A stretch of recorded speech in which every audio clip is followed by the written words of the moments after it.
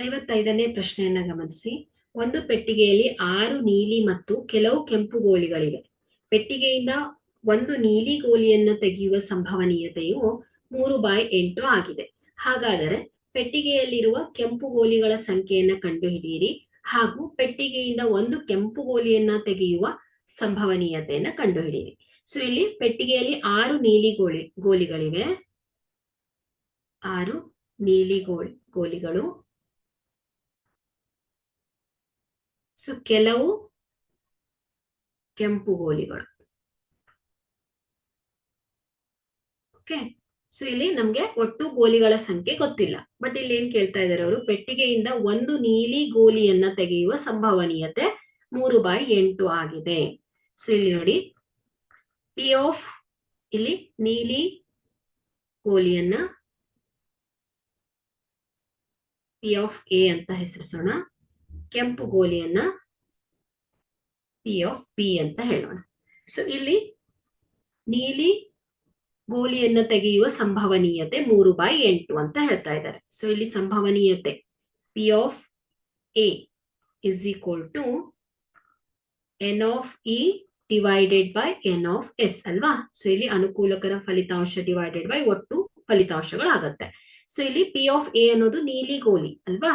So ಇಲ್ಲಿ ನೀಲಿ ಗೋಲಿ ಪಡೆಯುವ ಸಂಭವನೀಯತೆ ಎಷ್ಟು ಕೊಟ್ಟಿದ್ದಾರೆ ಅವರು, 3/8. So 3/8 is equal to N of E. ಒಂದು ಪೆಟ್ಟಿಗೆಯಲ್ಲಿ ಎಷ್ಟು ಗೋಲಿಗಳಿವೆ, 6 ಗೋಲಿಗಳಿವೆ. ಯಾವುದು, ನೀಲಿ ಗೋಲಿಗಳಲ್ವಾ. ಹಾಗಾದ್ರೆ ಎನ್ ಆಫ್ ಇ ಎಷ್ಟಿದೆ ಹೇಳಿ, 6 ಡಿವೈಡೆಡ್ ಬೈ ಒಟ್ಟು ಗೋಲಿಗಳ ಸಂಖ್ಯೆ ಗೊತ್ತಿಲ್ಲ ನಮ್ಗೆ. ಸೊ ಈಗ ನಾವು ಇದರ ಸಹಾಯದಿಂದ ನಾವೇನ್ ಮಾಡ್ಬೋದು, ಒಟ್ಟು ಗೋಲಿಗಳ ಸಂಖ್ಯೆಯನ್ನ ಕಂಡುಹಿಡಿಬಹುದು.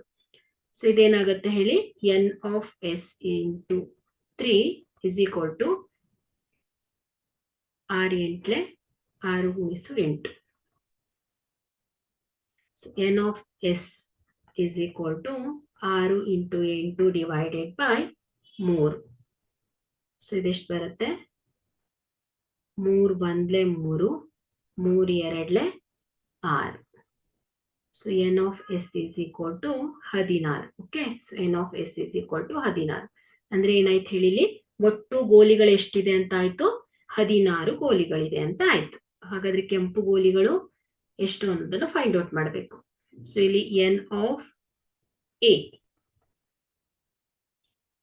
ಎ. ಸೊ ಇದು ನೀಲಿ ಗೋಲಿಗಳ ಸಂಖ್ಯೆ ಎಷ್ಟು, 6.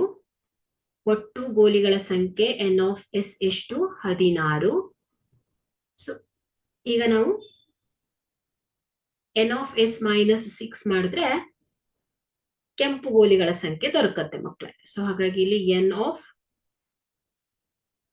ಬಿ ಎಷ್ಟು ಬರುತ್ತೆ, 16 ಮೈನಸ್ 6 ಮಾಡಿದಾಗ 10 ಬರುತ್ತೆ. ಸೊ ಹಾಗಾಗಿ ಇಲ್ಲಿ 10 ಕೆಂಪು ಗೋಲಿಗಳ ಸಂಖ್ಯೆ ಆಯ್ತು. ಸೊ ಇಲ್ಲಿ ಏನ್ ಕೇಳಿದಾರೆ ಅವರು, ಪೆಟ್ಟಿಗೆಯಲ್ಲಿರುವ ಕೆಂಪು ಗೋಲಿಗಳ ಸಂಖ್ಯೆಯನ್ನು ಕಂಡುಹಿಡಿಯಿರಿ. ಸೊ ಹಾಗಾಗಿ ಇಲ್ಲಿ ಕೆಂಪು ಗೋಲಿಗಳ ಸಂಖ್ಯೆ ಎಷ್ಟು ಬಂದಿದೆ, 10. ಹಾಗಾದ್ರೆ ಇಲ್ಲಿ ನೆಕ್ಸ್ಟ್ ಪ್ರಶ್ನೆ ಏನ್ ಕೇಳಿದಾರೆ ನೋಡಿ, ಪೆಟ್ಟಿಗೆಯಿಂದ ಒಂದು ಕೆಂಪು ಗೋಲಿಯನ್ನ ತೆಗೆಯುವ ಸಂಭವನೀಯತೆ. ಸೊ ಇಲ್ಲಿ P of B is equal to n of b divided by n of s ಅಲ್ವಾ. ಸೊ ಇಲ್ಲಿ ಪೆಟ್ಟಿಗೆಯಿಂದ ಕೆಂಪು ಗೋಲಿಗಳು ಎಷ್ಟಿದೆ, 10 ಅಲ್ವಾ. ಸೊ 10 ಡಿವೈಡೆಡ್ ಬೈ ಒಟ್ಟು 16 ಗೋಲಿಗಳು is equal to 2 5 10 2 8. ಸೊ 5/8 ಆಗತ್ತೆ ಮಕ್ಕಳು. ಓಕೆ, ಸೊ ಈಗ ನೋಡಿ, ನೀಲಿ ಗೋಲಿಗಳ ಸಂಭವನೀಯತೆ ಮತ್ತು ಕೆಂಪು ಗೋಲಿಗಳ ಸಂಭವನೀಯತೆ. ಸೊ ಇದೇನಾಯ್ತು, ಪ್ರಾಥಮಿಕ ಘಟನೆಗಳಾಯ್ತು. ಪ್ರಾಥಮಿಕ ಘಟನೆಗಳ ಮೊತ್ತ ಯಾವಾಗ್ಲೂ ಏನಾಗಿರ್ಬೇಕು, 1 ಆಗಿರ್ಬೇಕಲ್ವಾ. ಸೊ 3/8 ಪ್ಲಸ್ 5/8, ಸೊ ಏನಾಗುತ್ತೆ, 8/8 ಆಗತ್ತೆ, ಇಸ್ ಈಕ್ವಲ್ ಟು 1 ಗೆ ಸಮನಾಗತ್ತೆ ಮಕ್ಕಳು. ಹೀಗೆ ನೀವು ಕ್ರಾಸ್ ಚೆಕ್ ಕೂಡ ಮಾಡ್ಕೋಬಹುದು. ಓಕೆನಾ.